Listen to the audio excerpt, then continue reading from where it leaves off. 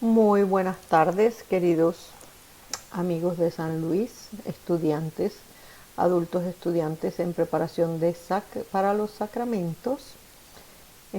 Vamos a tener hoy nuestra siguiente clase y para esta clase nos vamos a salir un poquito del contenido que veníamos tratando sobre el catecismo de la iglesia, porque vamos a hablar de los acontecimientos de esta semana, de lo que sucede en la Semana Santa, pero especialmente de lo que va a suceder durante el Triduo Pascual.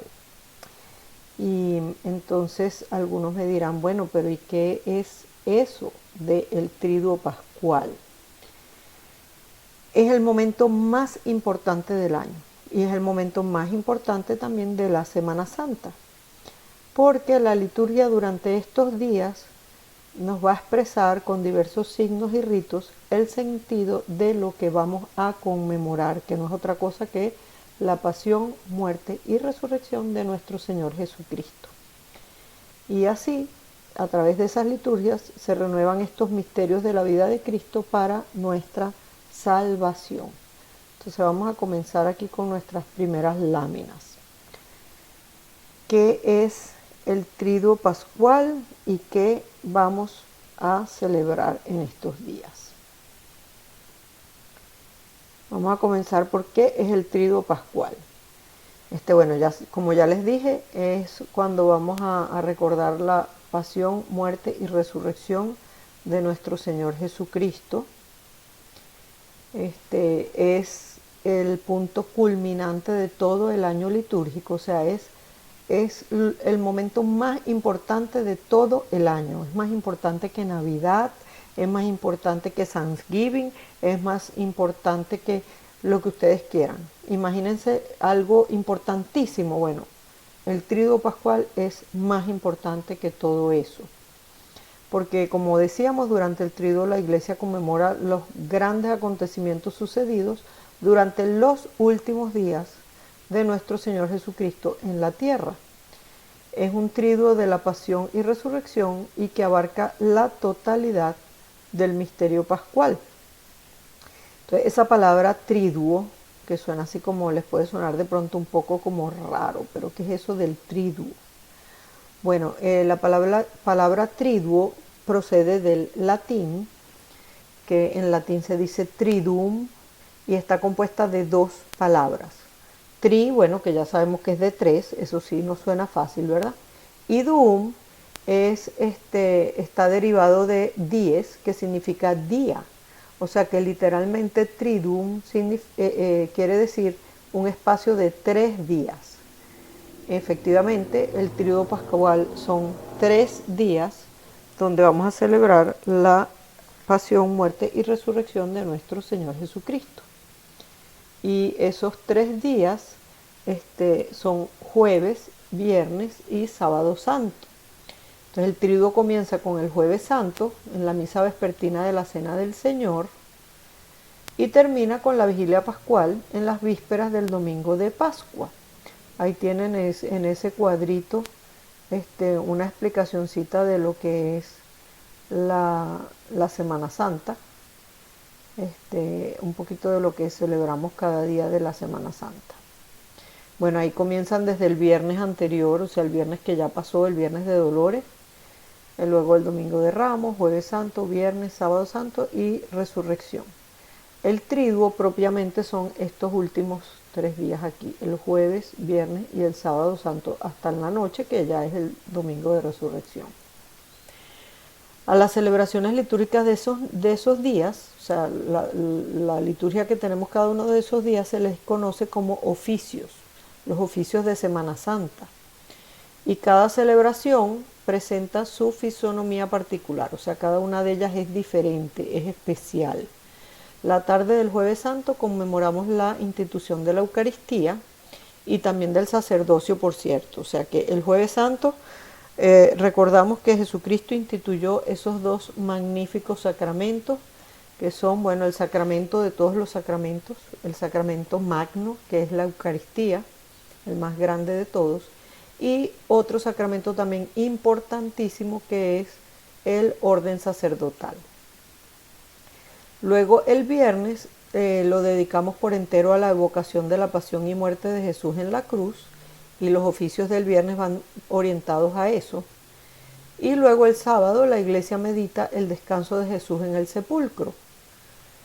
Pero por último, el sábado en la noche, ya con la vigilia pascual, revivimos la alegría de la resurrección. Y entonces, bueno, es que Cristo redimió al género humano y dio perfecta gloria a Dios principalmente a través de su misterio pascual. Muriendo destruyó la muerte y resucitando restauró la vida. El triduo pascual de la pasión y resurrección de Cristo, por tanto, como decíamos anteriormente, es la culminación de todo el año litúrgico. Entonces, ahora vamos a ver un poquito cómo se celebra ese triduo pascual. Pero antes de ver cómo lo vamos a celebrar, déjenme leerles unas palabras del Papa Benedicto XVI que tengo aquí, que son muy bonitas, donde él nos habla de qué es el triduo pascual y qué significa. Sobre estos días, decía el Papa Benedicto XVI, son llamados comúnmente santos porque nos hacen revivir el acontecimiento central de nuestra redención. Nos reorientan hacia el núcleo esencial de la fe cristiana, la pasión, la muerte y la resurrección de Jesucristo. Son días que podríamos considerar como un solo día. Constituyen el corazón de todo el año litúrgico, así como de la vida de la Iglesia.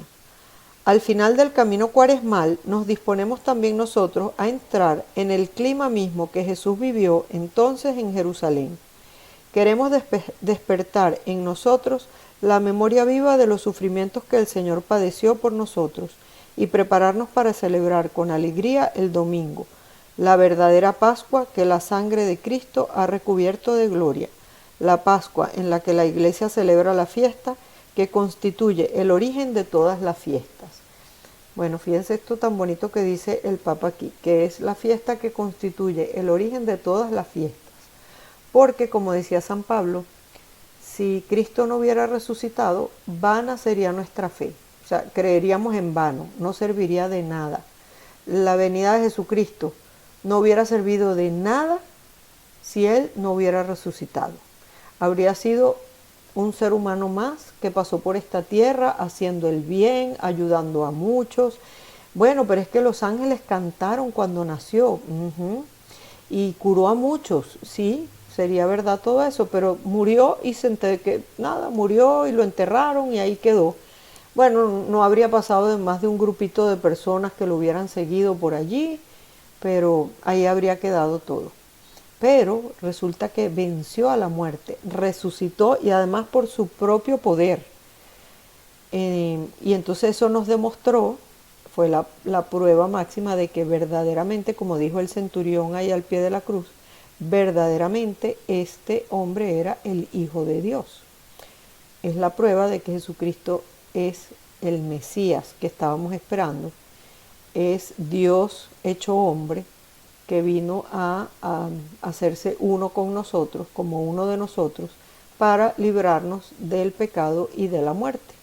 Y porque resucitó, entonces todo tiene sentido. Todo lo anterior adquirió sentido una vez que Jesucristo resucitó.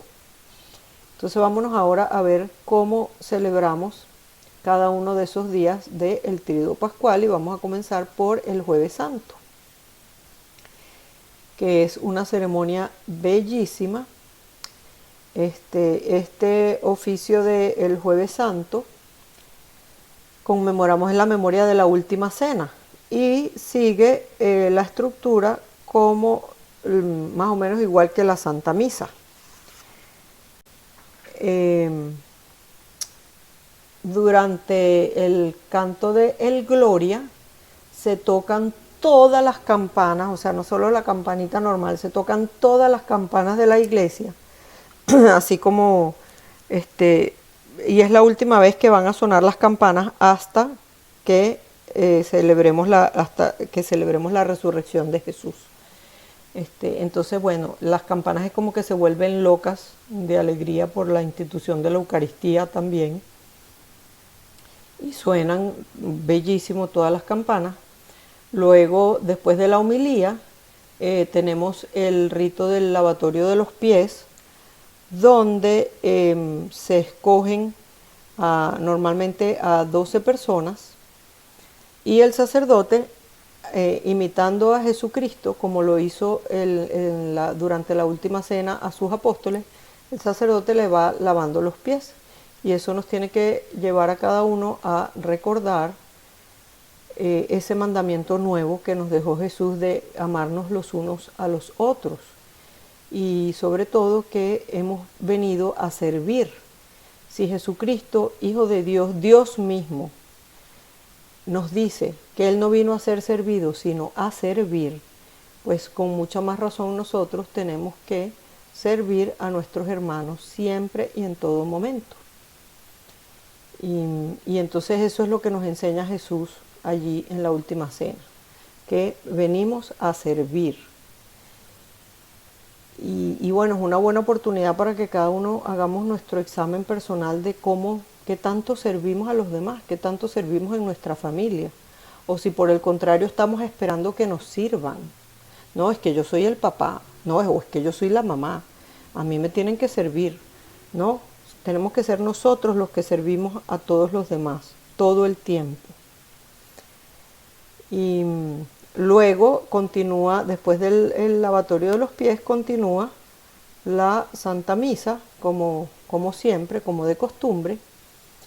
Y durante la consagración se consagran muchísimas más hostias. O sea, se consagran hostias para ese día, para el Jueves Santo, y se consagran también hostias para el Viernes Santo. Porque el viernes, como vamos a ver, no hay misa. Hay una liturgia especial, pero no es misa, no se consagra. Entonces, el viernes para comulgar se utilizan las formas, las hostias que se consagraron el jueves durante esa misa de la Cena del Señor. Entonces, ¿y dónde se dejan, dónde quedan toda esa cantidad de hostias? Porque el sagrario, al final de la misa, el sagrario se queda vacío, porque ya nos vamos a preparar para la muerte, la pasión y muerte del Señor. Entonces el sagrario ya se queda vacío y todas esas hostias consagradas se llevan en procesión hasta un lugar especial que se escoge en cada iglesia. Puede ser una capilla, puede ser otro lugar dentro de la iglesia, pero que no es en el altar mayor, que es un lugar de reserva, donde se van a quedar reservadas, guardadas esas hostias hasta el día siguiente. Ese lugar especial se llama el monumento. Y entonces en cada iglesia pues lo adornan de una manera diferente. Aquí en San Luis, bueno, ahí tenemos una foto del monumento de San Luis, creo que ese es el del año pasado. Y en San Luis se ponen muchas velas y muchas flores. Yo he visto aquí en Estados Unidos que hay iglesias que lo hacen más sencillos, otros más bonitos, pero por lo menos en Venezuela y en muchos países en España también sé que lo hacen, y me imagino que en muchos países de Latinoamérica también. En las iglesias ponen ese monumento, casi que son como unos escenarios, así como representan la última cena perfecto, con la mesa, las sillas, las copas, todo. Bueno, en otras solamente lo ponen llenísimo de flores. En cada iglesia pues escogen cómo lo quieren hacer. Pero lo cierto es que ese monumento no debe asemejarse a un sepulcro, porque no es el lugar de la muerte, donde está un muerto, sino que es la custodia del que vive. Entonces es muy bonita la procesión en que salimos todos de la iglesia cantando, normalmente el Adoro te devote o algún otro himno eucarístico, y se lleva y se deja el Santísimo allí, y se queda reservado allí para la adoración de los fieles. Aquí en Estados Unidos he visto siempre que se quedan las iglesias abiertas hasta la medianoche y la gente puede ir a hacer su hora santa o a rezar un ratito allá. En mi país antiguamente se quedaban toda la noche las iglesias abiertas hasta el mediodía del Viernes Santo para que la gente pudiera visitarlas. Ahora, bueno, por los problemas de la inseguridad y eso, se cierran también en la noche, pero el viernes en la mañana vuelven a abrir para que la gente pueda visitar el monumento. Aquí en Estados Unidos no, el viernes están cerradas. Hay una costumbre muy bonita que es la de visitar 7 monumentos entre la tarde del jueves santo y la mañana del viernes. Por supuesto, si uno lo va a hacer aquí en Estados Unidos, lo tiene que hacer a juro el jueves, después de la misa del jueves santo, hay que uno hacer rapidito su visita de los monumentos. ¿Y qué es esa visita de los monumentos? Bueno, durante la visita a cada monumento se rezan, uno puede rezar lo que uno quiera, pero hay una guía muy buena que después se las voy a poner por allí. Les voy a poner el link para compartirla con ustedes, donde en esa guía se dice más o menos qué puede uno rezar en cada una de las iglesias que va visitando.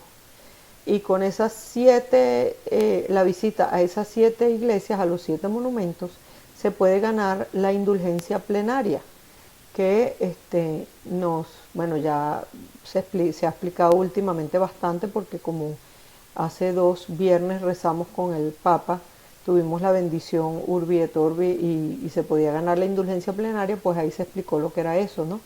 Pero es esa indulgencia que nos da la iglesia, donde se queda borrado todos los pecados que teníamos después del bautismo y la pena que merecíamos. O sea, todo el purgatorio que íbamos a pagar se puede borrar allí. Y la indulgencia se puede ofrecer por uno, o sea, por uno mismo, o por algún difunto. Pero por uno o por otro. No es que, la voy a ofrecer por mí y por fulanito perencejo, no sé qué, que ya se murieron. No. Se ofrece por una sola persona. Y a esa una sola persona, que sea uno mismo o un difunto. O sea, yo no la puedo ofrecer por mi hijo que está vivo pero no se está portando bien. No, por él no la puedo ofrecer. Él la tiene que ofrecer por él mismo. Yo solo la puedo ofrecer por mí o por algún difunto, cumpliendo por supuesto las condiciones que la iglesia nos ha dicho que hay que cumplir para ganar la indulgencia plenaria. ¿Y cuáles son esas condiciones que se requieren para ganar la indulgencia plenaria? Bueno, son 3 condiciones principalmente. La primera, que recemos por las intenciones del Papa, y normalmente pues se reza un Padre Nuestro, un Ave María y un Gloria, o se puede también rezar un credo por las intenciones del Papa. La segunda, vamos a decir otra que no es tampoco tan difícil. La segunda condición es que uno debe comulgar y confesarse en las semanas antes o después de que uno quiere ganar la indulgencia. O sea, si lo hago antes, muchísimo mejor, ya lo cumplí para la indulgencia. Si no, entonces tengo que hacer el propósito de que me voy a confesar en la semana después de que quise ganar la indulgencia y a comulgar. Claro, ahorita ustedes me dirán, pero ahorita uno no puede confesarse ni comulgar. Bueno, eso lo sabe Dios también. Entonces uno hace el propósito de que en cuanto pueda, uno va a ir a confesarse y a comulgar sacramentalmente. Mientras tanto, hacemos un acto de contrición y una comunión espiritual.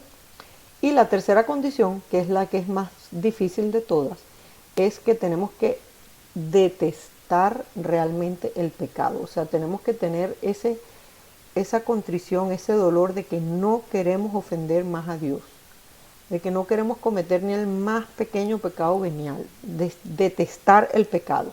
Ay, pero eso es muy difícil, sí, esa es la condición más difícil, pero como nosotros solos no podemos, se lo pedimos a Dios, le decimos, Señor, yo quiero de verdad amarte con todo mi corazón y detestar el pecado, no quiero ofenderte ni en la cosa más pequeñita. Y si te ofendo, házmelo ver rapidito para poder arrepentirme y volver a ti. Y bueno, como digo, Dios sabe más y Dios suple también, ¿verdad? Entonces, bueno, el Jueves Santo, como les decía, pues podemos ganar esa indulgencia plenaria visitando los 7 templos. Y también me preguntarán, pero este año no se pueden visitar los monumentos ni los templos. Es verdad, este año no se pueden, pero a lo mejor podemos hacer una visita virtual. Yo estoy segura que todas las iglesias van a poner sus monumentos en internet para que uno pueda visitarlos virtualmente. Entonces, bueno, podemos hacernos nuestro recorrido. Les digo que Francisco y yo, mi esposo y yo, desde que llegamos, en cada uno en su familia tenían la costumbre siempre de visitar los 7 monumentos del Jueves Santo. entre el jueves y el viernes en la mañana. Y entonces uno se hacía su recorrido. Cuando llegamos aquí, resulta que esa costumbre no existe, no se tiene, la gente no tiene esa costumbre.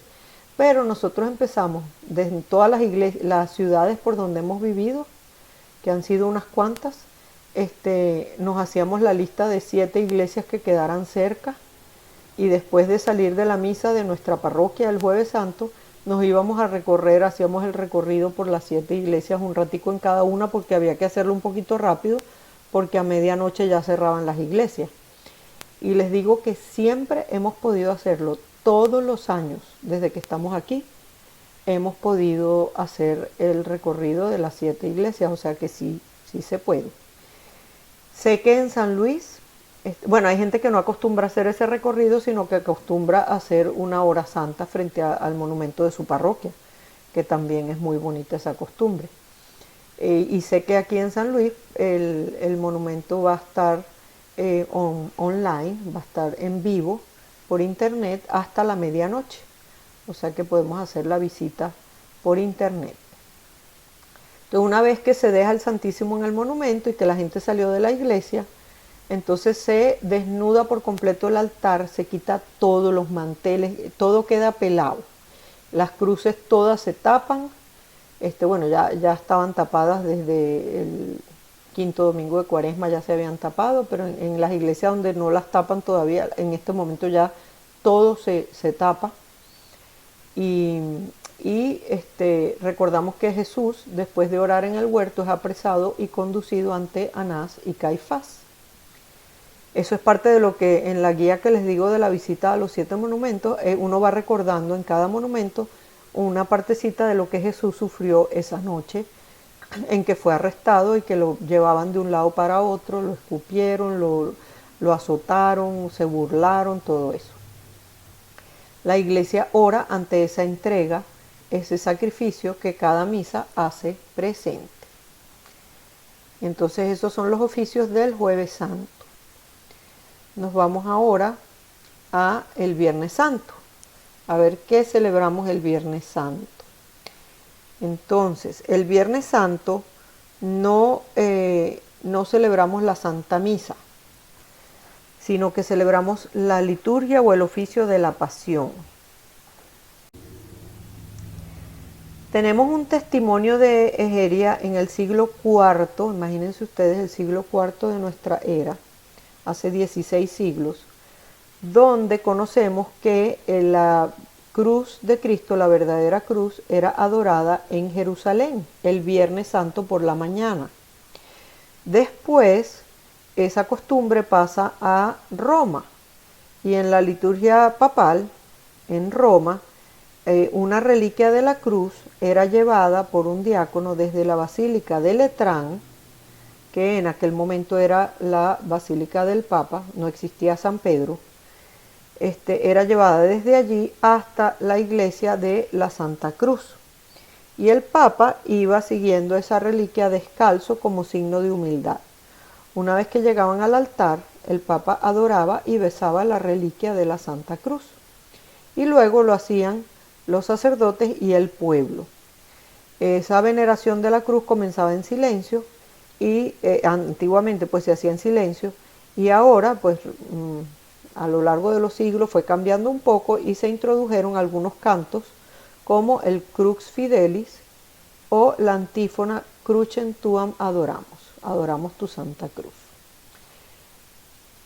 Entonces vamos a ver cómo celebramos ahora esa liturgia de la Pasión.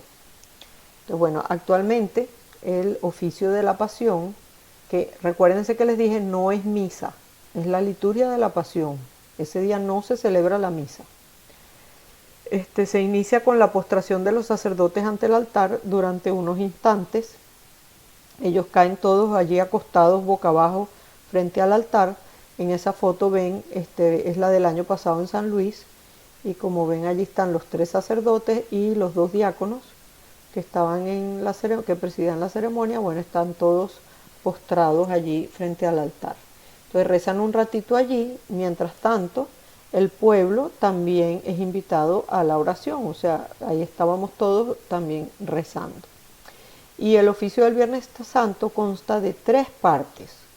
La primera es la liturgia de la palabra, que por cierto, después de la homilía se hace la oración de los fieles, y este día la oración de los fieles es un poco más larga. Se reza por, por todo lo que ustedes se puedan imaginar.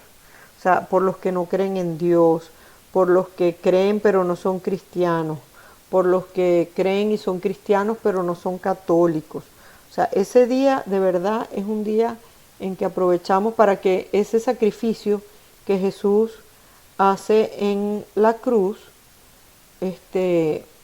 se pueda extender, sea extensivo a todos los fieles de todo, bueno, a todas las personas de todos los tiempos. También, bueno, se reza por los gobernantes, por los catecúmenos, y además, entre una oración y otra, nos arrodillamos y se hace una pequeña pausa y el sacerdote hace una oración. O sea que es una liturgia de la palabra un poquito más larga por esa oración de los fieles, pero muy bonita. Luego viene la adoración de la cruz, que ya lo vamos a comentar un poquito más, y finalmente el rito de la comunión. O sea, no hay consagración, como les dije, no hay misa, pero sí se distribuye la comunión que se había reservado en el monumento. La segunda parte que les comenté, la adoración de la Santa Cruz, se puede hacer de 2 modos. Una es que la cruz está frente al altar, tapada, y se va destapando por partes mientras se canta el Ecce Lignum Crucis, que es eso que los que han ido a la liturgia a lo mejor se acuerdan, que dice: mira del árbol de la cruz, donde estuvo clavada la salvación del mundo. Y la gente responde: venid a adorarlo. Bueno, o algo así, pero cantado bien bonito. Luego se destapa la segunda parte y se dice lo mismo, pero un tono más alto. Mira del árbol de la cruz, y así. Y luego se destapa la cruz completa y se vuelve a cantar lo mismo en otro tono más alto todavía. Esa es la primera forma, con la cruz enfrente, frente al altar. La segunda forma, que es la que yo he visto siempre que hacemos en San Luis, es que la cruz está al final afuera en el fondo de la iglesia, tapada también, y entonces allá a la entrada de la iglesia se destapa la primera parte y se canta lo mismo que se cantó antes.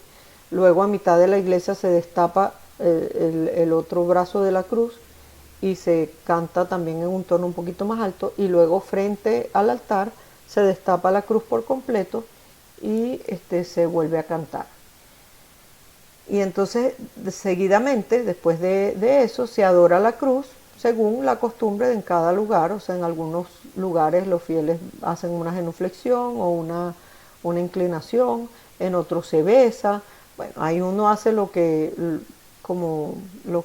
haga todo el mundo, o sea, cual sea la costumbre del lugar, eso es lo que uno hace allí para venerar la cruz. Y una vez que todos los fieles han venerado la cruz, todo el mundo se puede acercar allí a besar la cruz o a adorar la cruz. Una vez que todos los fieles lo han hecho, entonces se continúa con la liturgia de la comunión. Se distribuye la comunión a todos los fieles, y lo que sí predomina en la liturgia del Viernes Santo es la austeridad. Es una liturgia bien suavecita, los cantos son muy suaves y como tristes. Estamos recordando, o sea, ese día murió Jesús en la cruz, y eso normalmente se hace a las 3 de la tarde, que es la hora en que Jesús murió, y es una liturgia muy, pero muy bonita. Y luego se retira todo el mundo en completo silencio. Después de que se termina la liturgia, en muchos lugares se tiene la costumbre de hacer el Vía Crucis viviente. Y bueno, nosotros en San Luis también hay un grupo, el Ministerio del Vía Crucis, que se prepara durante todo el año. Tristemente, este año se estaban preparando muy bien, pero pues se ha tenido que suspender por la circunstancia que estamos viviendo. Pero entonces normalmente después de la liturgia de la Pasión en la iglesia nos vamos todos a la representación del Vía Crucis viviente. En San Luis lo hacemos en el campo de fútbol, muy bonita. Entonces, bueno, este año lo que vamos a tratar de hacer es poner la película del Vía Crucis que se hizo el año pasado, para así poder todos revivirlo de algún modo desde nuestras casas.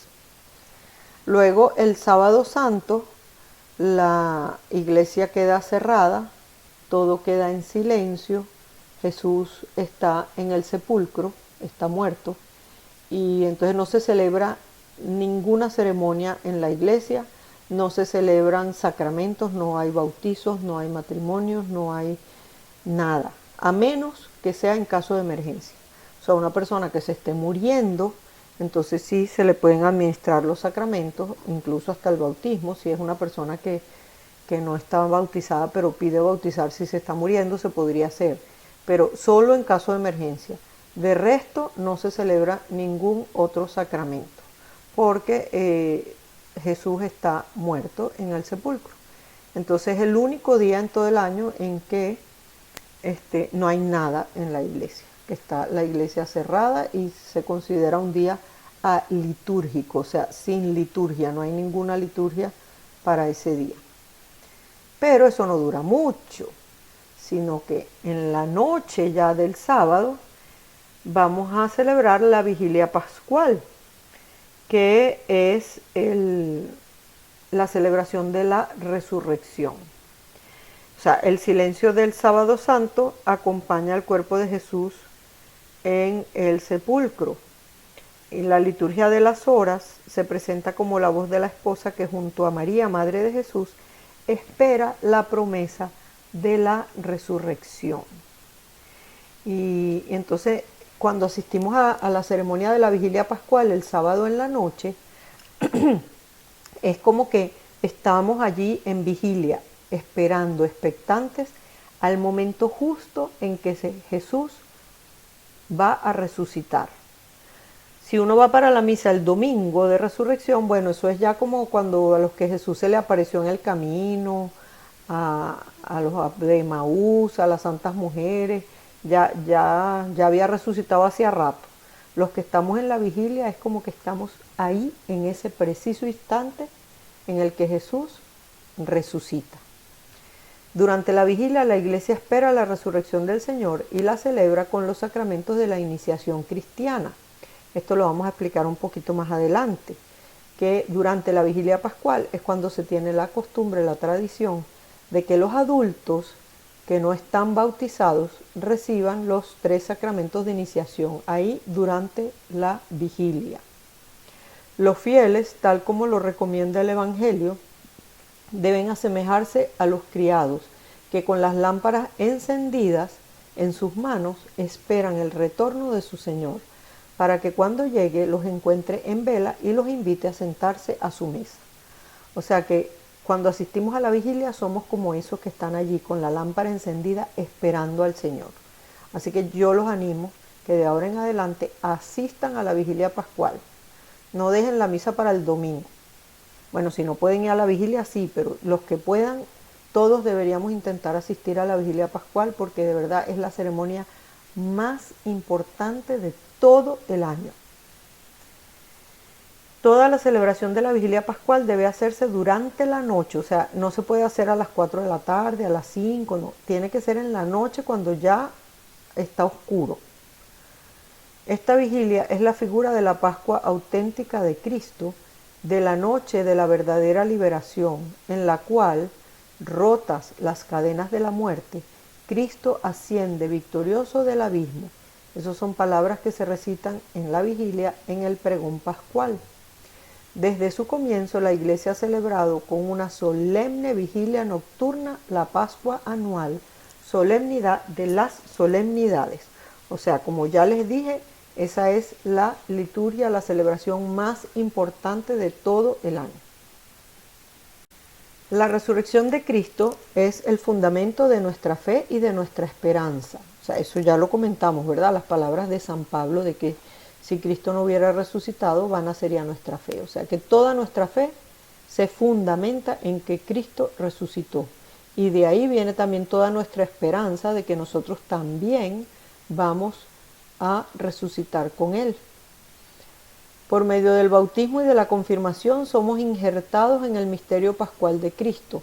Morimos con Él, somos sepultados con Él y resucitamos con Él para reinar con Él para siempre. Y bueno, esas son palabras sacadas de las Sagradas Escrituras, de Romanos, Efesios, la carta a los Colosenses, la segunda carta de Timoteo, o sea, ahí tienen todas las citas. Vamos a ver cuáles son las partes de esa celebración de la Vigilia Pascual. Bueno, la Vigilia Pascual comienza con lo que se llama el lucernario, que se realiza normalmente fuera de la iglesia. En San Luis lo celebramos en el Jardincito de la Virgen por los últimos años. Antiguamente se hacía del otro lado, debajo del techito, pero ahora se hace en el Jardín de la Virgen. Comenzamos con el lucernario, donde se bendice el fuego y se prepara el cirio pascual.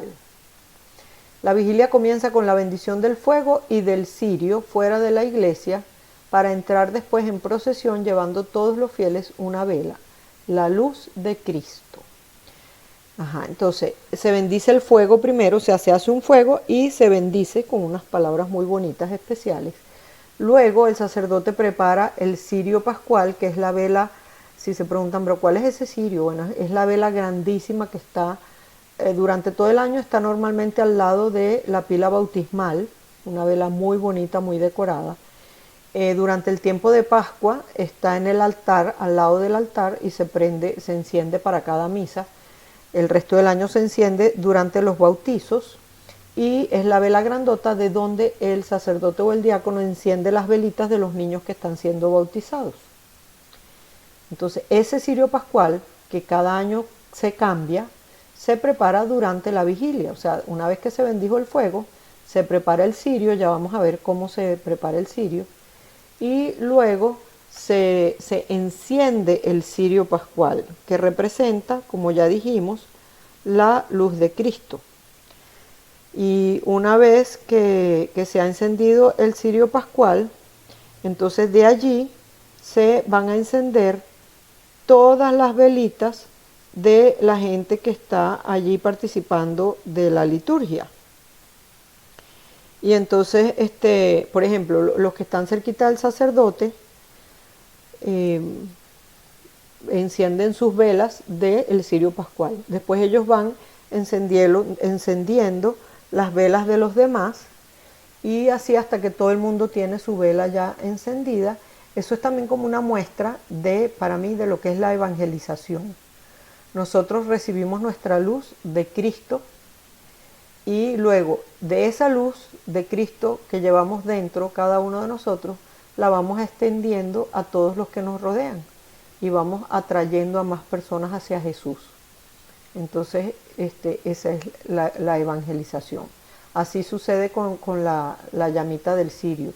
Todas las velas que la gente lleva ahí en esa procesión fueron encendidas, recibieron su fuego de algún modo del fuego del cirio, o directamente o de una vela que fue encendida del cirio. O sea que es una imagen muy poderosa y muy bonita. Entonces vamos todos hacia la iglesia en procesión. La iglesia está completamente a oscuras, y al entrar en la iglesia se canta el pregón pascual, que es una oración bellísima que se canta o se reza. Pues me imagino que donde hay sacerdotes o diáconos que canten muy bonito, pues se canta, y donde no, pues se rezará. En San Luis siempre hemos tenido la suerte de que yo siempre lo he escuchado cantado, y además muy bonito. De hecho, la foto que está ahí en blanco y negro, en ese momento era el diácono Henry Finch, ahora es el padre Henry. El año pasado, cuando era diácono, estaba en San Luis, y él fue el que lo cantó, que además lo cantó bellísimo. Entonces ahora vamos a ver el cirio, cómo se prepara el cirio pascual. Entonces el cirio, como les decía, es esa vela grandísima que está en todas las iglesias. La luz representa a Cristo como guía en las penumbras, y el fuego representa la resurrección de Cristo. Pero como vemos, el cirio tiene varios símbolos allí y que el sacerdote los va como marcando cuando lo bendice. Me imagino que antiguamente sería una vela limpia en el que el sacerdote marcaba todo mientras lo iba haciendo, lo iba marcando. Ahora no, ahora la vela ya está decorada y simplemente el sacerdote remarca los dibujos que ya están hechos. Pero cada dibujo de esos tiene una simbología, un significado, y él los va haciendo. Entonces lo primero que hace el sacerdote es la cruz. Esa cruz representa a Cristo y la luz eterna que Él nos da. Entonces cuando hace el palo vertical de la cruz, dice el sacerdote Cristo ayer y hoy. Y cuando hace el tramo horizontal, la raya horizontal, dice principio y fin. Luego traza las dos letras que ven allí, son dos letras griegas. La A, que es la alfa, la primera letra del alfabeto griego, y la de abajo era la omega, la última letra del alfabeto griego. O sea que es la primera letra y la última. Y mientras traza la alfa y la omega, dice, principio, no, perdón. Ok, voy para atrás. Dice con la cruz, Cristo ayer y hoy, principio y fin. Y luego dice alfa, hace la letra A, y omega, y hace la letra de abajo la omega. Eso es porque estamos diciendo que Jesucristo es principio y fin. Entonces por eso es la primera y la última letra del alfabeto en ese momento. Y luego se va a trazar los números correspondientes al año en que estamos. Por eso ahí ven en el dibujo que es 2020. Y mientras hace el primer número, o sea, el número 2, dice suyo es el tiempo. Cuando hace el segundo número, dice y la eternidad.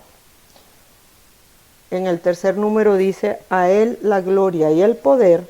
Y en el último número dice por los siglos de los siglos. Amén. Y así queda el año 2020. Es ese símbolo de la presencia de Dios aquí y ahora. O sea, y eso, que suyo es el tiempo. Suyo es el tiempo y la eternidad, como acabamos de escuchar. Normalmente los números se ponen así como lo ven allí, en cada cuadrante de la cruz. Últimamente he visto algunos cirios en que tienen el número arriba o abajo todo completo, pero lo tradicional es que se haga así como lo ven en el dibujo. Y finalmente se ponen 5 granos de incienso, que son estos rombitos que ven aquí, en los extremos de la cruz y en el centro. Y esos granos de incienso simbolizan las 5 llagas de Cristo muerto y resucitado. Y mientras va poniendo cada uno de esos granos, dice, por sus llagas santas y gloriosas, nos proteja y nos guarde Jesucristo nuestro Señor. Amén. Entonces así se prepara el cirio. Cuando se va a encender del fuego que acaba de ser bendecido, del fuego que se hizo allí, entonces se dice que la luz de Cristo, que resucita glorioso, disipe las tinieblas del corazón y del espíritu. Como verán, que les decía, es muy bonito y con mucho significado. Entonces ya estábamos en la iglesia, se cantó el pregón pascual, todo está apagado todavía, y comienza la liturgia de la palabra. Es una liturgia de la palabra un poco más larga de lo normal, donde la iglesia proclama y medita las maravillas que Dios ha hecho con su pueblo. Estas lecturas van a describir los momentos culminantes de la historia de la salvación. Y consta de 9 lecturas. O sea, como verán, les digo que es un poco más larga que lo normal, pues sí, son 9 lecturas. Las primeras 7 son del Antiguo Testamento y después de las lecturas del Antiguo Testamento se canta el Gloria y en ese momento despiertan las campanas de la iglesia que estaban dormidas desde el jueves en la noche, habían quedado en silencio. En ese momento es como si se despertaran las campanas porque Cristo ha resucitado y se tocan todas las campanas otra vez. Es bellísimo, es muy emocionante. Se tocan todas las campanas y después del Gloria entonces se hacen las lecturas del Nuevo Testamento, que son 2. O sea que serían 9 lecturas, pero eso es lo máximo. Luego cada sacerdote, cada párroco decide cuántas lecturas va a hacer. Muchas veces se terminan haciendo 5 del Antiguo Testamento y una del Nuevo, o 4 o 3, no sé, depende de cada circunstancia. Eso puede variar, pero se pueden hacer hasta 7 lecturas donde se cuenta desde la creación de Adán y Eva y el pecado original hasta el momento que estamos viviendo de la resurrección de Jesús. Luego, entre esas lecturas se facilita la meditación de los pasajes que se están leyendo con el canto de salmos responsoriales y con silencio y la oración del sacerdote celebrante. O sea, sí es un poco más largo, pero es muy bonito. Yo diría que es demasiado bonito, vale la pena. De esta manera, la Iglesia, comenzando por Moisés y siguiendo por los profetas, interpreta el misterio pascual de Cristo. O sea, con todas esas lecturas entendemos cómo llegamos aquí, cómo estamos aquí y toda la importancia de ese sacrificio de Jesucristo y luego de su resurrección. Luego continúa la liturgia con la vigilia pascual con la liturgia bautismal, o sea, después de las lecturas se hace la homilía y luego se procede a lo que se llama la liturgia bautismal. Si hay adultos que van a recibir los sacramentos de iniciación, este es el momento cuando son bautizados. Si no, entonces simplemente se renuevan las promesas del bautismo y el sacerdote pues bendice el agua y le echa agua bendita al pueblo que está allí. Pero nosotros normalmente tenemos bautizos y este año pues debíamos tener bautizos, pero sí los vamos a tener, lo que pasa es que no se va a poder durante la vigilia pascual por las circunstancias especiales que estamos viviendo. Entonces, como les digo, se bendice el agua. Allí ven en la foto de la derecha, ven que el sacerdote tiene el cirio pascual del que hablábamos, que representa a Cristo sumergido en el agua. Entonces es como ahí estamos significando que Cristo es quien le da al agua su poder de borrar los pecados. Entonces por eso se usa el cirio para que se sumerge 3 veces en el agua diciendo unas oraciones también muy bonitas. Y luego entonces se procede al bautizo de los adultos y luego entramos todos otra vez a la iglesia. Bueno, entramos digo porque en San Luis salimos a la pila bautismal que está afuera. Luego nos vamos otra vez cada quien a su lugar en la iglesia y se procede a, si hay adultos que se bautizaron, entonces se procede a la confirmación. Esos mismos adultos son confirmados. Una vez que pasó la confirmación, entonces la liturgia eucarística continúa como de costumbre. Por los sacramentos de iniciación cristiana, los nuevos discípulos de Cristo se comprometen a seguirle con fidelidad, o sea, los nuevos bautizados. Pero la comunidad cristiana toda, o sea, todos nosotros que ya estamos bautizados desde hace tiempo, renovamos nuestro compromiso bautismal. Entonces, una vez que termina toda esa parte de la liturgia bautismal, viene la liturgia eucarística. Y entonces aquí es cuando ya la misa continúa como una misa normal. Bueno, normal ni tan normal porque de verdad es muy solemne. Y como les estoy diciendo, es la más importante de todo el año litúrgico.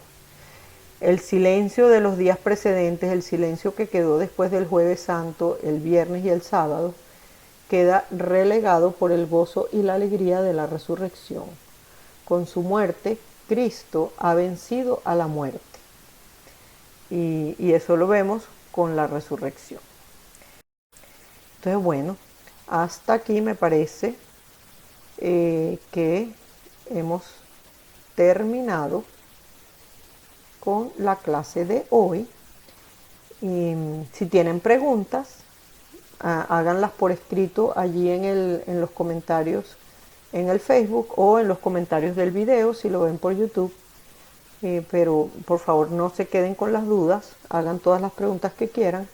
Más adelante les voy a mandar la información de cuándo se van a celebrar los oficios de Semana Santa, las liturgias de cada día de Semana Santa en San Luis, para que se organicen y los podamos vivir pues a través de la internet, pero todos en casa lo mejor posible, lo mejor que podamos.